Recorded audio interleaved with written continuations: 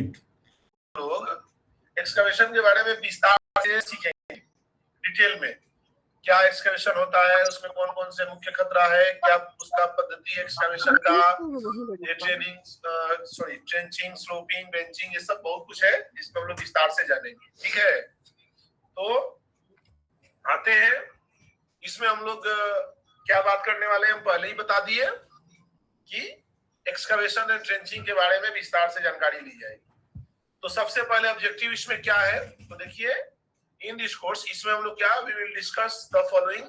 नीचे जो दिया गया है वो हम लोग डिस्कस करने वाले हैं, और उसमें क्या दिया हुआ है, तो सबसे पहले दिया है scope, application and definition applicable to this सब पार्ट।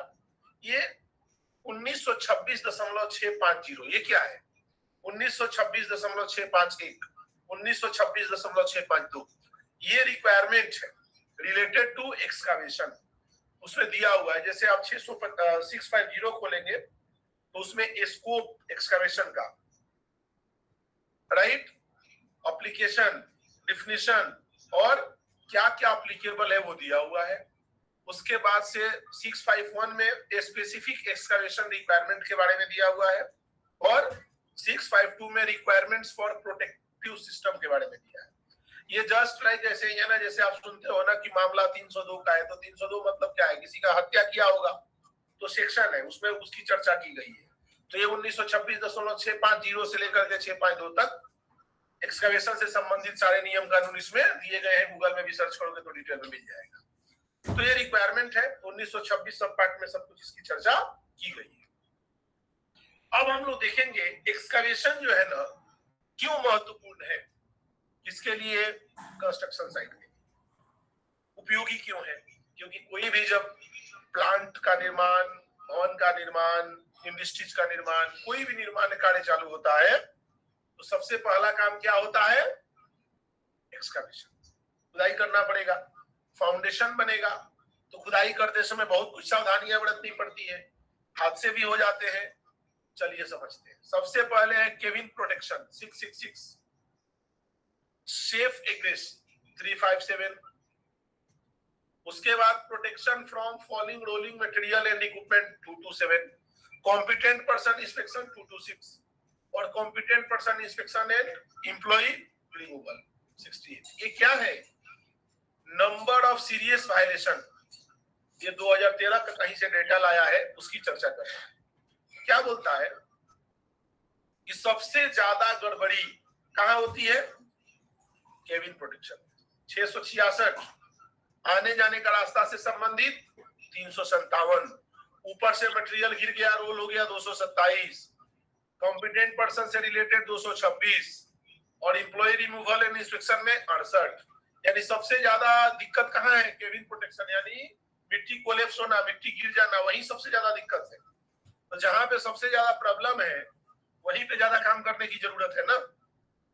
जैसे इसमें देखें केबिन प्रोटेक्शन में 666 और सेफ एग्रेस में 357, ये दोनों मिला के लगभग कितना हो गया, 1000 से ज्यादा हो गया। और बाकी तो फिर देखोगे तो 400, 450, 500 पहुंच रहा है। यानी ऊपर में हमको अटैक करना बहुत जरूरी है, दोनों काम पे बहुत ज्यादा ध्यान देना जरूरी है। तो हम भी जब भी एक्सकवेशन करने जाते हैं ना, तो हमारा जो महत्वपूर्ण एम रहता है वो रहता है कि कैसे भी करके हम लोग मिट्टी कोलैप्स होने से बचाए, आने जाने का रास्ता सुरक्षित रखें, कोई भी मटेरियल ऊपर से रोल नहीं हो, राइट, कॉम्पिटेंट पर्सन ही कार्य करे। ये सब चीजों को हम लोग ध्यान रखते हैं, डेटा है और ध्यान रखना भी पड़ेगा, क्योंकि सबसे ज्यादा गलती केबिन में ही हो रहा है। चलिए आगे देखते हैं। अब इसमें हम लोग पढ़ने वाले हैं जो इसका सब पार्ट में, जो अपना ए सेक्शन की बात हो रही है पार्ट ए में, तो soil classification, sloping and benching, timber shoring for trench, उसके बाद aluminium hydraulic shoring, alternative to timber shoring, और सिलेक्शन ऑफ प्रोटेक्टिव सिस्टम। ये 6 पार्ट हम लोग पढ़ने वाले हैं और विस्तार से अंदर जाएंगे, देखते हैं आगे। तो सबसे पहले डिफिनीशन कुछ समझिएगा, एक्सकवेशन क्या होता है, तो नॉर्मल भाषा में समझ लीजिए। एक्सकवेशन का मतलब होता है मिट्टी को खुदाई करना, और मिट्टी को खुदाई करना 2 टाइप से हो सकता है। कैसे कैसे, एक मैनुअल हो सकता है और एक मैकेनिकल हो सकता है। जैसे आप घर में देखते हो, आसपास में देखते हो, तो क्या फावड़ा कुदाल से आप क्या करते हो, मिट्टी खोदते हो अपने हाथों से, तो क्या हो गया मैनुअल। और मैकेनिकल मतलब जेसीबी, पोकलेन या बड़ा बड़ा मशीनरी लगा करके खुदाई करते हैं, तो हो गया मैकेनिकल। अब देखिए एक्सकैवेशन में क्या कहता है, मैन मेड कट। मैं बोला ना, आप सिंपल सा बात है, मिट्टी रिमूव करने की प्रक्रिया है, आप अपने हाथों से करो या मशीन से करो, उसी को एक्सकैवेशन, ठीक है। एक्सकैवेशन मतलब मिट्टी की खुदाई करना, सिंपल सा बात है, मिट्टी रिमूवल करना। और वो मेथड दो हो सकता है, कौन कौन सा, एक मैन मेड और एक मैकेनिकल, यानी मैनुअल और मैकेनिकल। तो मैनुअल यानी हाथों से करना, मैकेनिकल यानी मशीन की सहायता लेकर के करना। ट्रेंच, ट्रेंच किसको बोलते हैं, देखो एक्सकैवेशन होगा तो ट्रेंच भी बनेगा, नॉर्मल भी होगा, लेकिन ट्रेंच कब कहेंगे वो जानना जरूरी है। नेरो एक्सकैवेशन, नेरो एक्सकैवेशन क्या है, सबसे बढ़िया उदाहरण देता हूं आपको, याद रहेगा आपको। आप देखना, आपके गांव में आसपास में रोड के किनारे लंबा पतला खुदाई करता है, जिसमें पाइप डालने के लिए, केबल डालने के लिए, ऐसा कुछ इक्विपमेंट डालने के लिए पतला लंबा, या नाला बनाने के लिए ऐसा खुदाई करता है, उसको क्या बोलेंगे, ट्रेंच। ट्रेंच में कहता है depth is greater then width, मतलब जो है उसकी गहराई जो है चौड़ाई से ज्यादा हो। जैसे मान लीजिए 2 फीट चौड़ा है और 4 फीट गहरा है, तो क्या हो गया, ट्रेंच हो गया। सिंपल सा बात है, डेप्थ इज ग्रेटर देन, मतलब चौड़ाई जो है उसकी, गड्ढा की चौड़ाई से ज्यादा है गहराई। लेकिन एक और है, but not wider than 15 feet, लेकिन 15 फीट से ज्यादा चौड़ा है तो उसको ट्रेंच नहीं बोला जाएगा, वो बहुत चौड़ा हो गया, राइट। तो ट्रेंच का मतलब क्या हो गया, नैरो एक्सकैवेशन, पतला लंबा। समझ पा रहे हैं, कोई डाउट है किसी को? यस। और ट्रेंच का उदाहरण भी आपको दे दिया, सिंपल सा पतला नाला बोल सकते हो। शील्ड, शील्ड अभी क्या है, जब भी आप मिट्टी का खुदाई करते हो, तब क्या, मिट्टी का खुदाई करते हो तो आप प्रयास करते हो कि स्लोप मेंटेन करें, राइट, मिट्टी कोलैप्स नहीं हो, ढलान मेंटेन करते हो, मान लीजिए डिप्स में जाना है तो स्लोप मेंटेन करते हो। लेकिन जहां पे स्पेस ही नहीं रहेगा वहां कैसे स्लोप मेंटेन, वहां पे क्या करेंगे हम लोग, स्ट्रक्चर चाहिए, और उसमें हम लोग क्या करते हैं, शील्ड लगाते हैं, सपोर्ट देना पड़ता है, राइट। तो इसके बारे में हम लोग देखेंगे क्या है, राइट। तो हम लोग क्या करते हैं, स्ट्रक्चर से हम लोग मिट्टी को कोलैप्स होने से बचाते हैं, सपोर्ट दे करके। आगे हम लोग फोटोग्राफ के साथ में देखेंगे। 3 बात हम लोग यहाँ सीखे। एक्सकैवेशन कोई पूछता है क्या है, तो सिंपल सा बताना, एक्सकैवेशन यानी मिट्टी की खुदाई करना। और एक्सकैवेशन मुख्य रूप से दो टाइप है, एक मैनुअल एक्सकैवेशन और मैकेनिकल एक्सकैवेशन। मैनुअल एक्सकैवेशन में हम लोग हाथों से, मतलब मैनुअली कुछ औजार से खुदाई करते हैं, और मैकेनिकल में कोई इक्विपमेंट जैसे जेसीबी, पोकलीन, ऐसा कुछ मशीनरी लगा के एक्सकैवेशन करते हैं। ट्रेंच एक्सकैवेशन यानी नैरो एक्सकैवेशन, पतला लंबा यदि खुदाई होता है तो उसको हम लोग ट्रेंच बोलते हैं। और ट्रेंच का परिभाषा एक और है, depth is greater than the breadth, यानी उसकी गहराई जो है चौड़ाई से ज्यादा होनी चाहिए, बट 15 फीट से ज्यादा नहीं होनी चाहिए। तो ये ध्यान देना है। और शील्ड, जब हम एक्सकैवेशन करेंगे तो एक्सकैवेशन में हम लोग क्या करेंगे, ध्यान रखेंगे कि मिट्टी कोलैप्स नहीं हो, तो उसके लिए अलग अलग प्रोसीजर्स को फॉलो करेंगे, जिसमें शील्ड भी एक प्रोसीजर्स में आएगा, आप लोग फोटोग्राफ के साथ आगे देखने वाले हैं। अब देखिए यहाँ पे मेथड है शोरिंग, राइट, शोरिंग और स्लोपिंग, यहाँ पे दोनों मेथड के बारे में हम लोग पढ़ने वाले हैं। तो समझिएगा शोरिंग में क्या दिया हुआ है, a structure that support the sides of an excavation and protect against caving। Shoring में हम लोग क्या करते हैं, सपोर्ट देते हैं, स्ट्रक्चर लगाते हैं, और मिट्टी को कोलैप्स होने से बचाते हैं। आगे फोटोग्राफ के साथ देखिए। और स्लोपिंग तो आप जानते हो, सीढ़ी नुमा बना देते हैं, ढलान बना देते हैं, जिससे मिट्टी कोलैप्स नहीं। तो स्लोपिंग बहुत आसान मेथड है, उसमें कोई पैसा का खर्चा नहीं है, सिर्फ मिट्टी थोड़ा ज्यादा निकालना पड़ता है, और स्ट्रक्चर जहां देंगे वहां पे हमको मिट्टी कम निकालना पड़ता है। तो अलग अलग मेथड हम लोग अप्लाई करते हैं और उससे क्या होगा, बेनिफिट्स होता है, मिट्टी कोलैप्स होने से बचता है। आगे देखेंगे, जब भी मिट्टी का खुदाई होना है, एक्सकवेशन होना है, तो वहां पे किन किन बातों का आपको ध्यान रखना है। तो सबसे पहले देखिए, कॉम्पिटेंट पर्सन की बात हो रही है, और ये कॉम्पिटेंट पर्सन मैं एक्सकवेशन में बात कर रहा हूं, और साथ में मैं लिंक कर दूंगा बाकी जगह भी कॉम्पिटेंट पर्सन कैसे होते हैं। तो सबसे पहले मैं एक्सकवेशन में बात कर लेता हूं। तो कॉम्पिटेंट पर्सन किसको बोलेंगे? तो सबसे पहला सवाल, must have a specific training in and be knowledgeable about soil classification. उसको पहले स्पेसिफिक ट्रेनिंग होना चाहिए और उसको जानकारी होना चाहिए किसका? सोयल क्लासिफिकेशन, मिट्टी को पहचानना, कौन सा मिट्टी है, ए कैटेगरी है, बी कैटेगरी है, सी है, क्या है, उसको मिट्टी का पहचान आना चाहिए। यूज ऑफ प्रोटेक्टिव सिस्टम, मिट्टी कोलैप्स होने से बचने के लिए जो भी प्रोटेक्टिव सिस्टम लगाना इस्तेमाल करना है उसको पता होना चाहिए कि इसको कैसे हम लोग इस्तेमाल करते हैं। रिक्वायरमेंट्स ऑफ द स्टैंडर्ड्स, जो प्रोसीजर्स है, जो स्टैंडर्ड्स है, उसको पता होना चाहिए कि कैसे हम लोग स्टैंडर्ड्स को फॉलो करेंगे, क्या नियम है, क्या कानून है, उसको हम लोग जानकारी रखना जरूरी है कॉम्पिटेंट पर्सन को कि करना कैसे है काम। तो तीन बात आ गया, मिट्टी का पहचान, प्रोटेक्टिव सिस्टम को इस्तेमाल करने की जानकारी और स्टैंडर्ड की जानकारी, ये तीनों उसको होना चाहिए, राइट। उसके बाद है must be capable of identifying hazards and authorised to eliminate them. उसके अंदर क्षमता होना चाहिए कि वो खतरे को पहचान सके और उसके पास अधिकार होना चाहिए कि उसे वो इलिमिनेट कर सके, राइट। तो ये होता है कॉम्पिटेंट पर्सन। समझिएगा फिर से एक बार कि must have a specific training in and be knowledgeable about soil classification, मिट्टी को पहचान सके, यूज ऑफ प्रोटेक्टिव सिस्टम, जो भी उपकरण है उसका इस्तेमाल करना जानता हो, रिक्वायरमेंट ऑफ द स्टैंडर्ड्स, जो एक्सकवेशन के लिए रूल रेगुलेशन है उसको पता होना चाहिए, और उसके अंदर क्षमता होना चाहिए कि वो खतरे को पहचान ले और उसको अधिकार होना चाहिए कि उसे वो समाप्त कर दे या कम करने का प्रयास करे। ये होता है कॉम्पिटेंट पर्सन की परिभाषा। For what? For excavation, right. अब देखिए, दो वर्ड है, आप ISO 45 सब्जेक्ट 1 में जाएंगे, वहां भी इसकी चर्चा है, कॉम्पिटेंसी और अवेयरनेस। ये दोनों में क्या अंतर है समझ लीजिएगा। मैं जैसे एग्जांपल आपको बोलता हूँ, विजय हमको बोला कि सर हमको बुखार है, मैं बोलता हूँ कि तुम एक काम करो, पैरासीटामोल खा लो या डोलो खा लो, जो भी खाना है खा लो, बुखार की दवा मैं बता दिया। तो बुखार का दवा बताने से क्या मैं कॉम्पिटेंट हुआ या अवेयरनेस है? मुझे दोनों में कौन सा वर्ड मेरे लिए लागू पड़ेगा?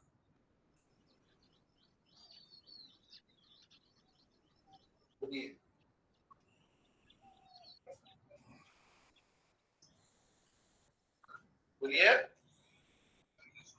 यस, यहाँ पे अवेयरनेस होगा, कॉम्पिटेंसी नहीं हो सकती। कॉम्पिटेंसी ध्यान रखना तभी होगी जब आपके पास कुछ सर्टिफिकेशन, कुछ प्रमाण पत्र, एक्सपीरियंस, डिग्री, कुछ ना कुछ होना। मतलब मैं बता दिया आपको कि बुखार की दवा पैरासीटामोल है, आप खा सकते हो, मतलब हमको जानकारी है, बता दिए, राइट। हमको पता है, हमने ऐसा मान लो बता दिया कि जब ट्रेन को ड्राइविंग करना है तो वहां पे सिंपल सी बात है, यदि आपको वहां पे दिखता है कि रेड सिग्नल है तो वहां पे गाड़ी को क्या करना है? रुका देना है, हमने बता दिया। तो हम ड्राइवर नहीं हो गए और ट्रेन को हम ऑपरेट नहीं कर सकते। मौसम खराब है तो फ्लाइट को नहीं उड़ाना है, हम पायलट नहीं बन सकते, राइट। सिंपल सा बात है यहाँ पे समझने का कि कॉम्पिटेंसी तभी आती है जब प्रमाण पत्र लगेगा। कोई बोलता है कि सुरक्षा हेलमेट पहन के काम करो, तो सेफ्टी ऑफिसर नहीं हो सकता है। सेफ्टी ऑफिसर बनने के लिए क्या करना पड़ेगा? आपको 1 साल का कोर्स करना पड़ेगा, एग्जाम पास करना पड़ेगा, आपको सर्टिफिकेट मिलेगा, तब आप सेफ्टी ऑफिसर कहलाओगे। तो कॉम्पिटेंसी तभी होती है जब आपके पास कोई प्रमाण पत्र होता है, आपको अनुभव होता है, आप एक्सपीरियंस है, आपको जानकारी है, एक्सपर्टाइज है तब कॉम्पिटेंसी आती है, ऐसे कॉम्पिटेंसी नहीं आती। लेकिन कॉम्पिटेंसी के लिए एक प्रमाण पत्र की भी आवश्यकता पड़ती है। अब जैसे मेडिसिन कौन लिख सकता है, तो जो डॉक्टर है वही लिख सकता है, कोई भी प्रिस्क्रिप्शन नहीं लिख सकता है, तो रिक्वायरमेंट को फॉलो करना है। तो ये मैं बात कर रहा हूँ एक्सकवेशन में। अब कन्फाइंड स्पेस में बात करूं कि कॉम्पिटेंसी क्या होगी, सेम, उसको कन्फाइंड स्पेस का डिटेल में नॉलेज होना, हैजार्ड के बारे में उसको जानकारी होना, कैसे कंट्रोल करेंगे, क्या प्रोसीजर्स है, नियम कानून है ऑक्सीजन के बारे में, टॉक्सिक गैस के बारे में, फ्लेमेबल है इसके बारे में, बढ़ेगा तो क्या होगा, घटेगा, पूरा जानकारी उसको पता होना चाहिए, राइट। तभी वो कॉम्पिटेंट पर्सन कहलाएगा। तो यहाँ पे क्या है, डिफिनीशन है किसका, कॉम्पिटेंट पर्सन का। उम्मीद है कि आपको ये जवाब बहुत अच्छे से समझ में आ गया होगा, और कोई डाउट है तो आप पूछ सकते हैं, राइट। तो चलिए आगे कंटिन्यू करते हैं। स्पष्ट है ना भैया? इसमें किसी को कोई डाउट है भैया? ये सर एक नीचे वाला बता दीजिएगा। अच्छा, एक बार पूरा बता देते हैं। कॉम्पिटेंट पर्सन का मतलब होता है योग्य व्यक्ति, प्रशिक्षित व्यक्ति, जिसको समझ होता है डिफरेंट फील्ड का। तो यहाँ पे कॉम्पिटेंट पर्सन की बात हो रही है एक्सकवेशन में, तो उसको मिट्टी से संबंधित जानकारी होना चाहिए। क्या क्या जानकारी होना चाहिए? मिट्टी को पहचानने का, सोयल क्लासिफिकेशन, मिट्टी किस प्रकार का है वो उसको पता होना चाहिए, पहला रिक्वायरमेंट।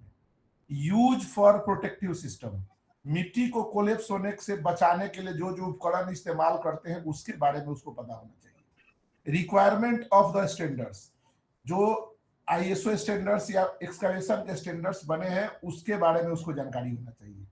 अब प्लस उसके अंदर ये भी क्षमता होना चाहिए कि खुदाई के दौरान जो खतरा है उसको पहचाने और पहचानने के बाद उसे समाप्त करे, ये भी उसके अंदर क्षमता होना चाहिए। क्लियर है ना? Yes sir. ये चीजें उसके अंदर होना चाहिए। शशि कुमार शर्मा फेंडेस की बताएं सर। मिट्टी कोलैप्स होने से रोकने के लिए क्या करना पड़ेगा सर? स्लोप मेंटेन करते हैं हम लोग, आगे देखेंगे। स्लोप मेंटेन करेंगे, पहले तो ढलान मेंटेन करेंगे, खड़ा काटोगे तभी ना गिरता है। जी सर। यदि स्लोप बना दोगे तो नहीं गिरेगा। 3 मेथड है, स्लोपिंग है, बेंचिंग है, सोरिंग है, टिम्बर है, और कई सारे मेथड आगे हम लोग पढ़ेंगे कैसे मिट्टी को रोकते हैं, है ना?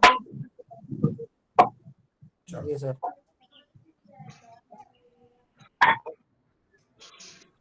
अब देखिए अगला सवाल है मिट्टी का वेट। ये सामान्य सी बात है, इसमें कोई बहुत बड़ा साइंस नहीं है। कहता है कि वेट ऑफ द सोयल, जो मिट्टी का वेट है वो किस पे वेरी करता है, मॉइस्चर कंटेंट पे। मिट्टी यदि सूखा है तो उसका वजन कम होगा और गीला है तो उसका वजन ज्यादा होगा। यस, तो क्या कहता है कि 1 क्यूबिक फुट वेट जो है 100 पाउंड से लेकर के 140 पाउंड तक होता है। क्यूबिक फुट का मतलब 1 फीट लंबा, 1 फीट चौड़ा और 1 फीट मोटा। लंबाई, चौड़ाई और मोटाई मतलब घन जैसा होगा, राइट। तो उसका वजन कितना होगा, 110 पाउंड से लेकर 140 पाउंड के बीच में, राइट, हो सकता है। और कम कब होगा और ज्यादा कब होगा, तो यदि उसमें मॉइस्चर ज्यादा होगा तो वेट ज्यादा होगा, मॉइस्चर कम होगा तो वेट। मतलब सिंपल सा बात है, मिट्टी गीली होगी तो पानी के चलते उसका वेट बढ़ता है, और मिट्टी सूखी होगी तो पानी नहीं रहने की वजह से वेट उसका कम होता है। अब जैसे ऊपर आप देख सकते हो, यहाँ पे ऊपर में ड्राई है तो यहाँ पे हल्का मिट्टी होगा, नीचे वेट है तो यहाँ पे मिट्टी जो है हेवी होगी। तो 1 क्यूबिक यार्ड 27 फीट का 1 क्यूबिक यार्ड होता है। तो यहाँ पे क्या है, of soil can weigh more than 3000 pound. तो इसका वेट कितना हो सकता है, 3000 पाउंड से ज्यादा हो सकता है। तो आप याद रखना बेसिकली कि 1 क्यूबिक फुट जो मिट्टी है उसका वजन जो है 110 पाउंड से लेकर 140 पाउंड के बीच में होता है। ये कई बार आपसे पूछ लिया जाता है, राइट। चलो एक ही प्रश्न है इसमें, और कोई उसमें नहीं है डिटेल। और हाँ, एक और पहला लाइन भी ध्यान रखना है, मिट्टी का वेट किस पे डिपेंड करता है, यस, मॉइस्चर पे। उसमें कितना है, मॉइस्चर पे डिपेंड करता है। यानी मॉइस्चर ज्यादा होगा तो मिट्टी भारी होगी, और मॉइस्चर कम होगा तो मिट्टी हल्की होगी, राइट? यस। चलिए आगे बढ़ते हैं। अब देखिए, समझते हैं बात को। सबसे पहला, अब हमने पहचान लिया मिट्टी को, वेट के बारे में थोड़ा सा जानकारी लिया। अब हम लोग देखेंगे एक्सकवेशन में हजार्ड्स, क्या क्या खतरा होता है एक्सकवेशन में, ध्यान से समझिएगा। और ये जितना भी खतरा होता है ना, ये सब आप जानते हो, राइट? ऐसा नहीं जानते हो। मैं आपको सब लिंक करूंगा, जो पूर्व ज्ञान है उसके साथ मैं लिंक करूंगा, और आप बोलोगे हाँ मैं पता है। तो चलिए, हमने ऊपर में बात किया था सबसे बड़ा खतरा क्या होता है एक्सकवेशन में, मिट्टी कोलैप्स होना। Cave ins are the greatest risk, सबसे बड़ा रिस्क। अब फोटोग्राफ पे आइए, यहाँ पे देखिए एक व्यक्ति खड़ा है कॉर्नर पे, खुदाई हुई है, अंदर पाइप डाला है, क्रैक्स दिख रहा है ना मिट्टी में। अब यहाँ पे आप नजदीक आइएगा तो मिट्टी कोलैप्स हो जाएगा, आप अंदर गिर जाइएगा। तो आपके पास दो ऑप्शन है, या तो आप स्लोप मेंटेन करो, ढलान मेंटेन करो ताकि मिट्टी कोलैप्स नहीं हो, और स्लोप मेंटेन नहीं कर सकते हो तो कोई ना कोई प्रोटेक्टिव सिस्टम इस्तेमाल करो जिससे मिट्टी को कोलैप्स होने से बचाया जा सके। ये आपको करना पड़ेगा, राइट? तो कहता है कि cave ins are the greatest risk, मिट्टी कोलैप्स होना एक बहुत बड़ा खतरा है। उस बारे में आगे देखेंगे, क्यों मिट्टी कोलैप्स होता है, क्या क्या कारण होता है, सब पढ़ेंगे आगे। लेकिन अभी हम लोग खतरे के बारे में जान लेते हैं कि कौन कौन सा खतरा होता है। एक्सकवेशन से रिलेटेड मटेरियल है तो उसमें सबसे पहला ही पॉइंट में लिखा हुआ है कि एक्सकवेशन में कौन कौन सा खतरा हो सकता है। उसके बाद अदर हैजार्ड्स, मेन तो हो गया मिट्टी कोलैप्स होना।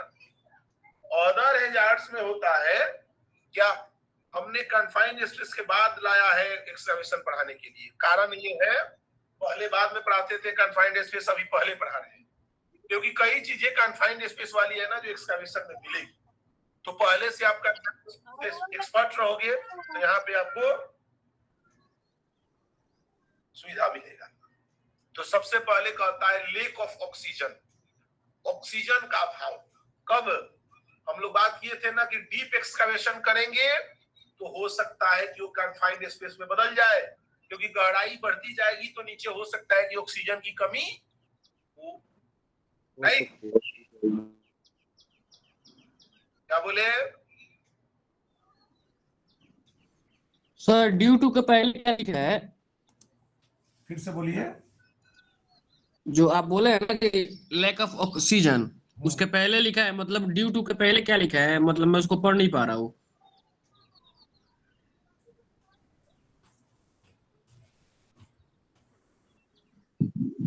एस्फिक्सिएशन। अच्छा, देखो होता क्या है कि जब अंदर में हम लोग कन्फाइंड स्पेस में काम करने जाते हैं, तो कन्फाइंड स्पेस में काम करने जाते हैं तो रिस्क कौन कौन सा रहता है,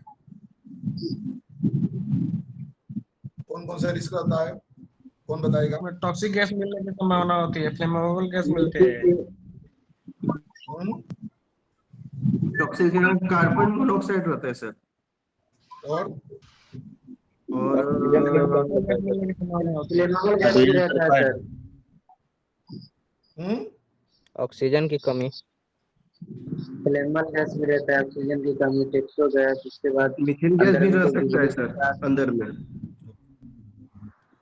ठीक है, चलो हम लोग देखते हैं। तो यहाँ पे लिखता है कि जो अदर हैजार्ड्स में, तो अदर हैजार्ड्स में क्या लिखता है यहाँ पे कि अंदर जब हम लोग जाते हैं तो उसमें रिस्क रहता है, ऑस्पिरेशन बोलते हैं कि जो अंदर में सांस लेने से संबंधित जो क्या बोलते हैं उसको, जो आपको दिक्कत पैदा करे, मतलब जो अंदर हम लोग घुसते हैं ना तो सांस नहीं ले पा रहे, घुटन जैसा, हाँ बराबर, दम घुटना। दम घुटना जैसे। और इसका सिमुलेशन वर्ड बोल सकते हैं, सोब्रिकेशन बोलते हैं ना, सोब्रिकेशन फीलिंग हो रहा है, सफोकेशन। तो ये इकोवैलेंट वर्ड है, राइट? तो अंदर में ऑक्सीजन की कमी होती है तो क्या होता है, सफोकेशन होता है सर। यस, तो ये सिमिलर वर्ड है। क्लियर है? कोई डाउट है? नहीं सर, होगा, क्लियर है। जैसे जैसे गहराई बढ़ती जाएगी तो संभावनाएं हैं, एक पॉसिबिलिटी है, नॉट कंफर्म, लेकिन कम हो सकती है, राइट? तो उसके लिए हमको अलर्ट रहना पड़ेगा कि नीचे जा रहे हैं तो कमी हो सकती है। अगला, टॉक्सिस मटेरियल्स या फ्यूम्स। अंदर में टॉक्सिस, जहरीला गैस, विषैला गैस हो सकता है, या कोई फ्यूम्स हो सकता है जो आपको नुकसान कर दे। जैसे अंदर खुदाई हो रहा है, जैसे आप स्पेशली माइंस वगैरह में होता है, खुदाई कर रहा है अंदर, तब तक कोई गैस निकला, आदमी बेहोश हो गया, होता है, पहले होता था। आजकल तो बहुत सारे उपकरण आ गए हैं तो प्रॉब्लम नहीं होता है, लेकिन हो सकता है। फायर, अंदर एक्सकवेशन कर रहे हो, कोई फ्लेमेबल गैस निकला, आग पकड़ लिया, स्पेशली माइंस वगैरह में ज्यादा होता है। तो ये बात समझ में आ रही है ना?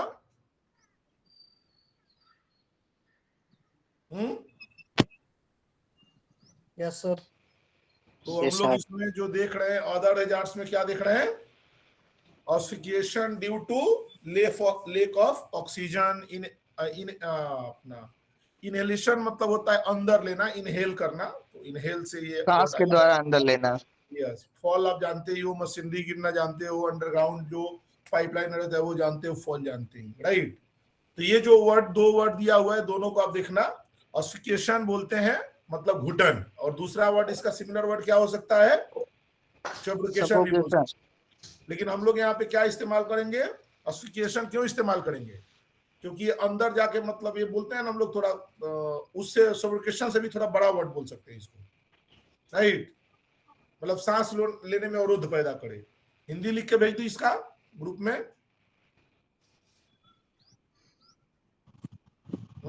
Yes sir. हाँ सर। इधर गया ये पौधे, देखो भेज दिया। अब पढ़ पाओगे? व्हाट्सएप देखो।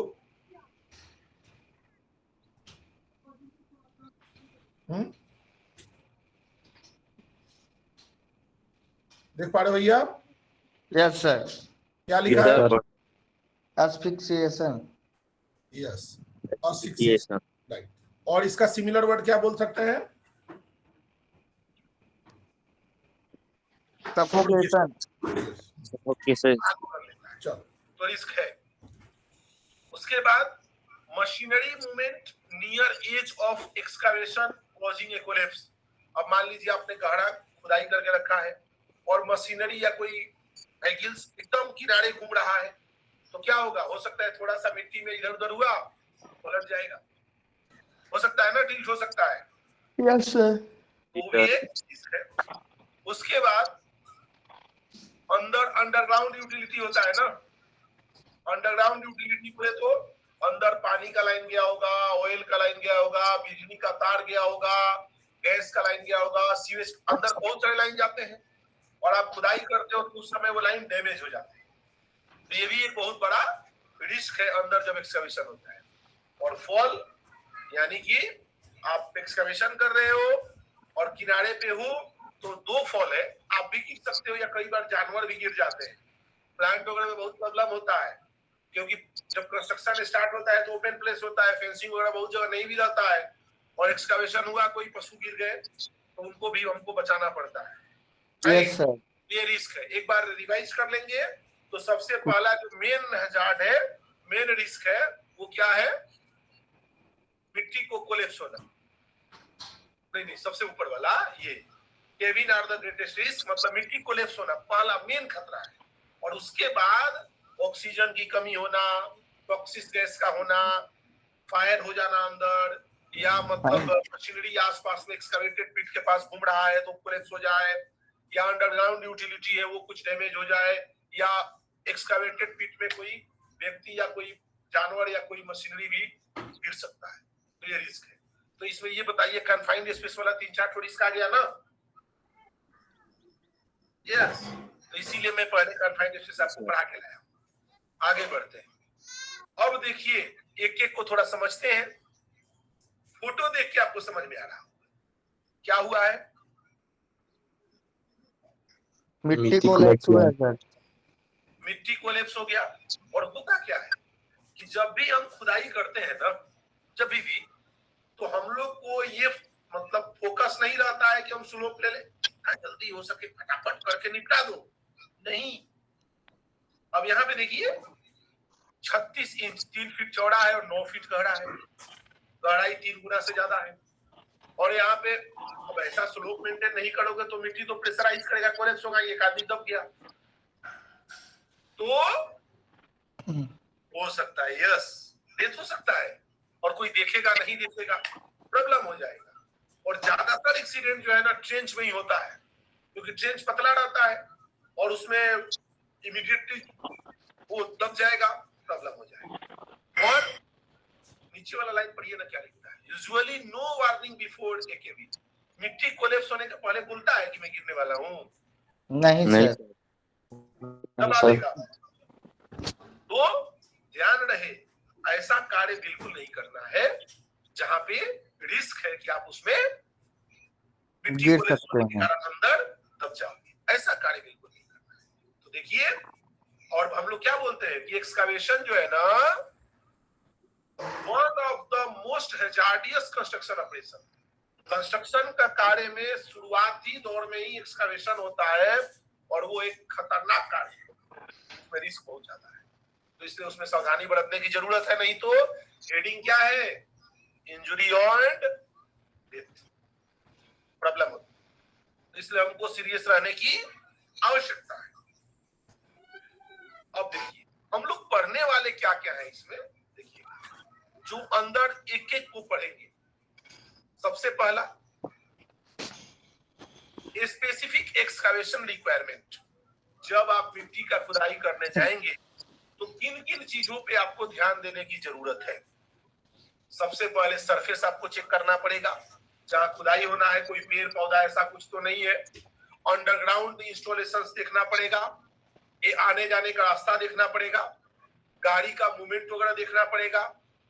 उसके बाद कोई एक्स्ट्रा लोड होने की वजह से मिट्टी कोलैप्स होना, warning system for mobile equipments, hazardous atmosphere, और भी है protection from hazards associated with water accumulation, stability of adjacent structures, protection of employee from loose rock or soil, inspection और इतनी चीजें पढ़ना है।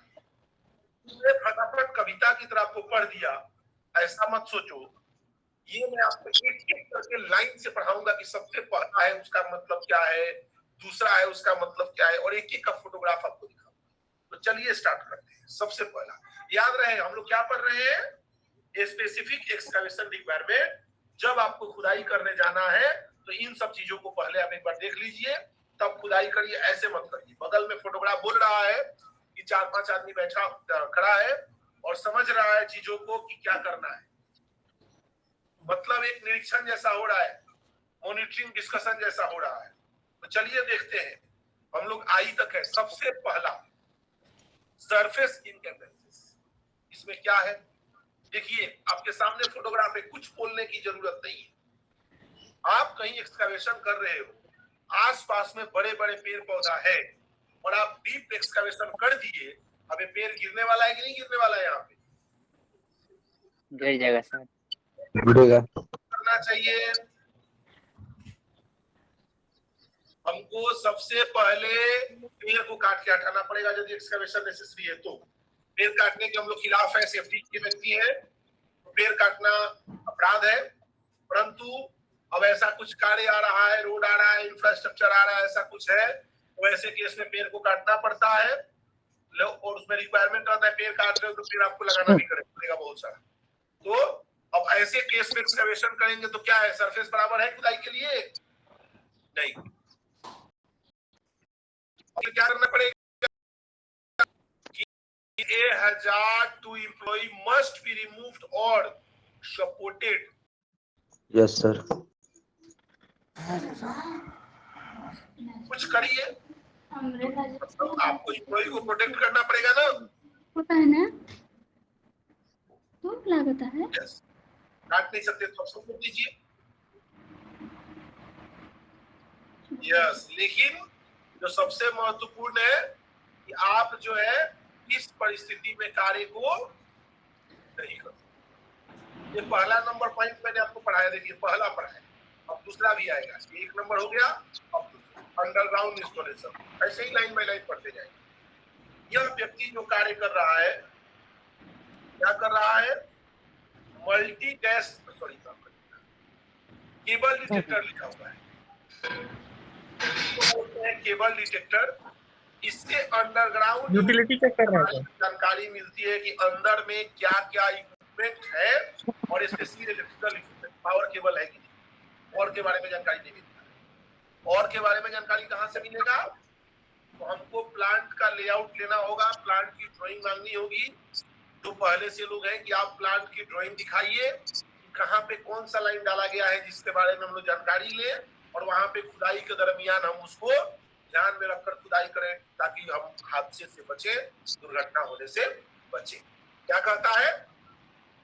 Estimated location of utility installations क्या हो सकता है? सीवर का लाइन हो सकता है, टेलीफोन का लाइन हो सकता है, फ्यूल का हो सकता है, इलेक्ट्रिक का हो सकता है, वाटर का हो सकता है, गैस का हो सकता है, कुछ भी हो सकता है।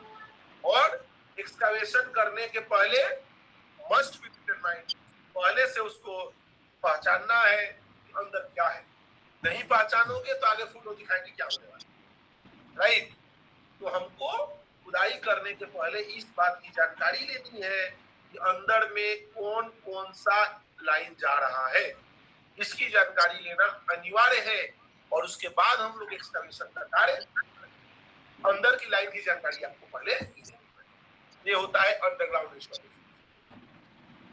देखिए अंडरग्राउंड इंस्टॉलेशन का एक फोटोग्राफ, जैसे यहाँ पे रोड के किनारे पाइपलाइन जा रहा है, खुदाई जेसीबी से कर रहा है, तो मैनुअल भी पहले आप मिट्टी हटा के देखा जा रहा है।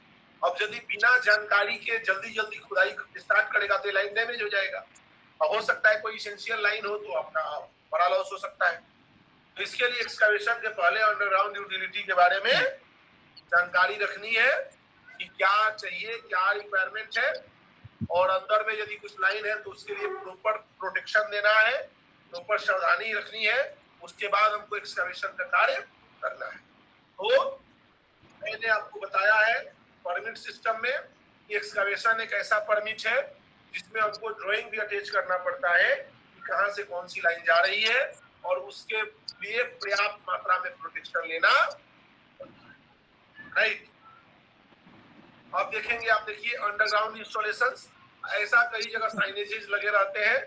देखिए अंदर गैस लाइन है, और आपको जहां भी अंदर कुछ लाइन जा रहा है क्रिटिकल, वहां पे कुछ इंस्ट्रक्शन साइनेज या कुछ ना कुछ लगाना चाहिए, जिससे पता चले कि अंदर में कोई ना कोई लाइन गया हुआ है, ताकि हम जब वहां पे कार्य करें, कोई बड़ी गाड़ी का मूवमेंट करते हैं, हेवी व्हीकल्स का मूवमेंट करते हैं, तो वहां पे हम सावधानी बरतें हैं ताकि किसी भी प्रकार का हादसा नहीं।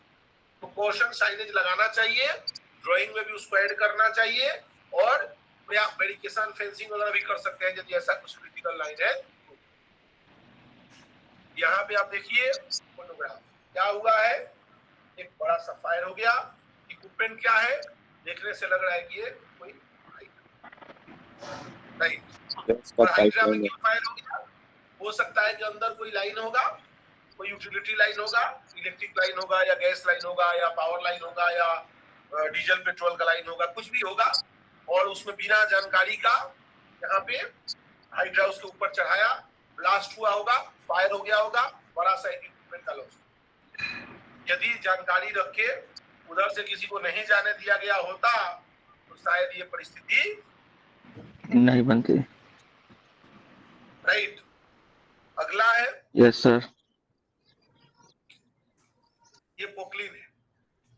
यहाँ पे क्या हुआ? पोकलिन ने एक्सकवेशन स्टार्ट किया होगा, और अंदर में कुछ होगा, पावर लाइन या कोई भी ऐसा लाइन होगा जो फायर का कारण बन सकता है। तो बिना जानकारी के उसे एक्सकवेशन किया, तोड़ा, और इमीडिएट उसमें फायर पकड़ लेगा, और एक बड़ा सा इक्विपमेंट का लॉस हो सकता है, कोई व्यक्ति का जान भी चला जाए, या सीरियस इंजरी हो सकता है। ये क्या है? Underground, right? इससे क्या होगा? आपको जानकारी रखनी पड़ेगी अंदर में क्या है, और यदि जानकारी रखेंगे तो ये फोटोग्राफ आपको देखने की जरूरत नहीं पड़ेगी, और नहीं रखेंगे इस टाइप का हादसा हो जाएगा जिसमें जान और माल दोनों क्षति हो सकता है। तो इसके लिए एक्सकवेशन के पहले अंडरग्राउंड क्या है ये जानकारी लेना जरूरी है। कई लोगों के मन में सवाल होगा कि सर कौन जानकारी लेगा, तो यह काम है इंजीनियर का कि वो जानकारी कलेक्ट करे, और हमारा आपका क्या काम है, हम जाके पूछेंगे कि खुदाई कर रहे हो, परमिट लिए हो, बोले यस। ड्राइंग के बारे में कुछ पता है, यस। अंदर से कोई लाइन गया है, हाँ गया है, कहाँ गया है, यहाँ गया है, इसके लिए क्या प्रोटेक्शन लिया जा रहा है। तो यहाँ पे मैनुअल एक्सकवेशन पहले होगा, देखा जाएगा, लाइन मिल जाएगा, उसके बाद मशीन लगाया जाएगा, ठीक है, और धीरे धीरे खुद ही। तो इस तरह से आपको प्रॉपर तरीके से जानकारी कलेक्ट करके और उसके बाद एक्सकवेशन की अनुमति देनी। अब आइए अंडरग्राउंड इंस्टॉलेशन। अब जैसे मान लीजिए यहाँ देखिए एक्सकवेशन किए और यहाँ पे पाइप मिल गया। अब एक पाइप को तो तोड़ नहीं सकते, और मिट्टी इसके नीचे खोदोगे तो हो सकता है पाइप टूट के नीचे गिर जाए। तो उसके लिए क्या करना है, आप उसके लिए प्रॉपर सपोर्ट दें। Underground installation must be protected, supported और removed as necessary to safeguard it. जरूरत पड़ी तो आप इसे निकाल दो, नहीं तो इसमें सपोर्ट दे दो, नहीं तो इसको बांध दो, ऐसा कुछ करो। जैसे देखो यहाँ पे किया गया है, एक्सकवेशन कर दिया, लेकिन इस पाइपलाइन को पहले वुडन दे करके 4 जगह से बांध दिया और वायर रोप से इसको लॉक करके ऊपर स्ट्रक्चर के साथ बांध, ताकि किसी भी एंगल से वो गिरे नहीं। समझ पा रहे हो ना? तो इस तरह से आपको कार्य को करना है। तो अंडरग्राउंड इंस्टॉलेशन है, उसको प्रॉपर तरीके से आपको सपोर्ट देने की आवश्यकता है। अब अगला है स्ट्रक्चरल रैम्प।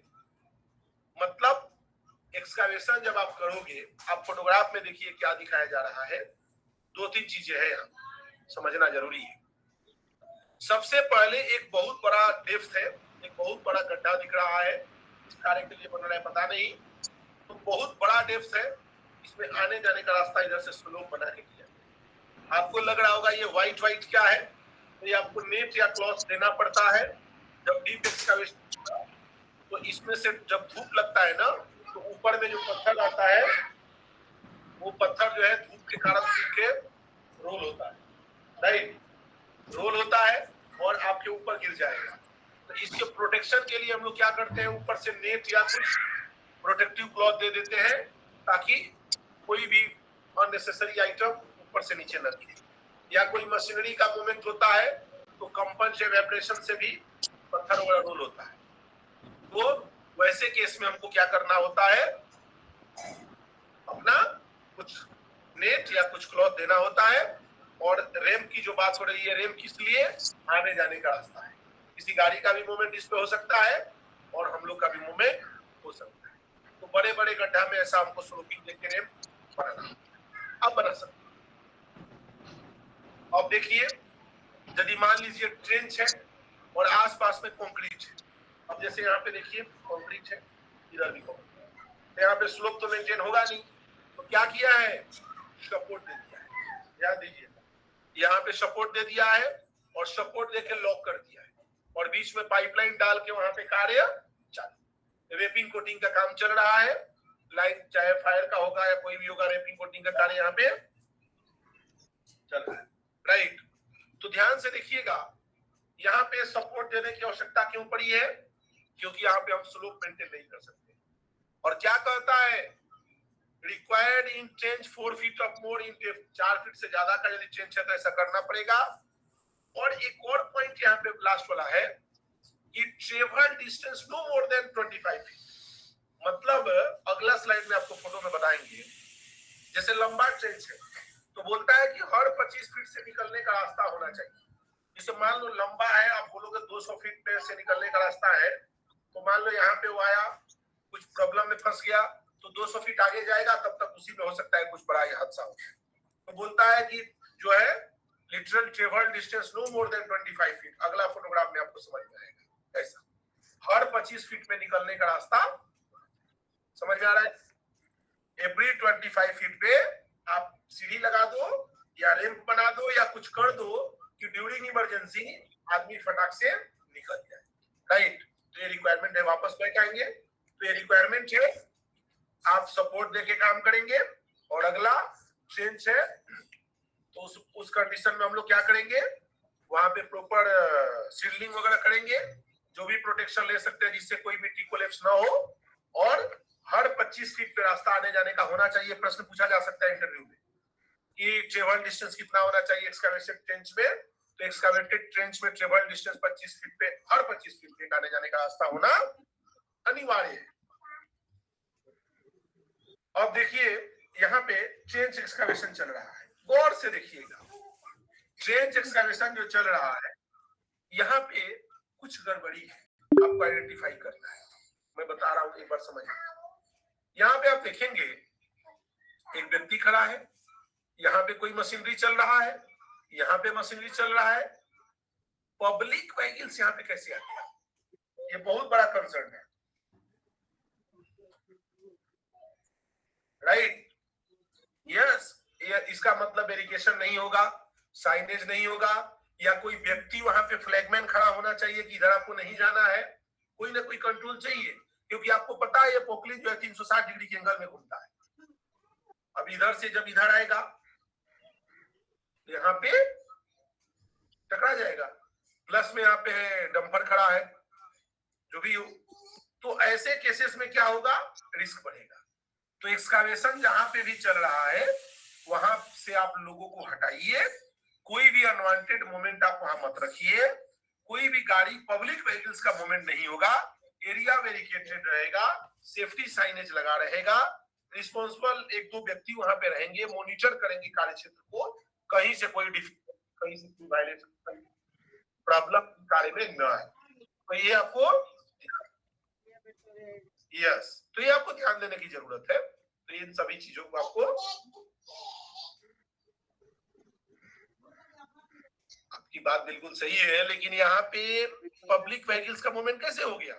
मतलब कोई फेंसिंग वेरिफिकेशन नहीं है जहाँ पे डंपर ट्रक का मूवमेंट चल रहा है, पोकलिन काम कर रहा है, पब्लिक व्हीकल्स नहीं आना चाहिए था। मतलब इधर से कुछ फेंसिंग नहीं है, कहीं ना कहीं लेप्सेस है, जो आपको ध्यान की आवश्यकता है।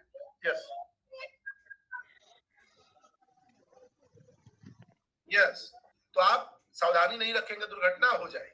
चलिए, अब यहाँ पे एक प्रश्न बनता है आपके लिए, जवाब आप चेक बॉक्स में यस और नो, क्या ये सही है या गलत है?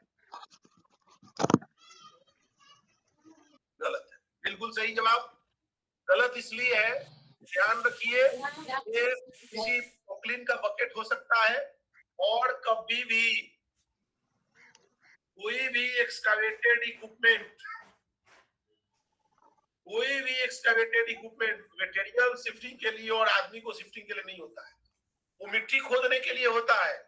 और इसमें क्या हो रहा है, कोई व्यक्ति जो है वहां पे बैठ करके और बाहर आ रहा है, और उसमें कुछ बांधा हुआ भी हो सकता है, कोई सामान भी लिफ्ट हो रहा है अंदर से। इसमें हेलमेट सर लेडर इक्विपमेंट का यूज कर रहे हैं। फिर से बोलिए। हाँ बिल्कुल, देखो लेडर है तो फिर भी वो इक्विपमेंट का यूज कर रहे हैं। Very good. होता क्या है, मैं बता रहा हूँ आपको कि प्लांट में जो वर्कर होते हैं ना, कई सारे मामलों में बदमाशी करते हैं।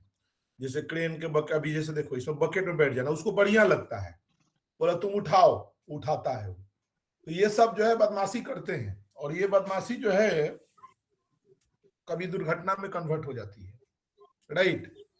तो ये नहीं करना है जब लेडर ऑलरेडी है। और दूसरी बात और है, ये जो मोमेंट कर रहा है बकेट है ना मशीन का, कोई इधर उधर हो गया, संतुलित नहीं रहा, तो चोट लग जाएगा कि नहीं लग जाएगा?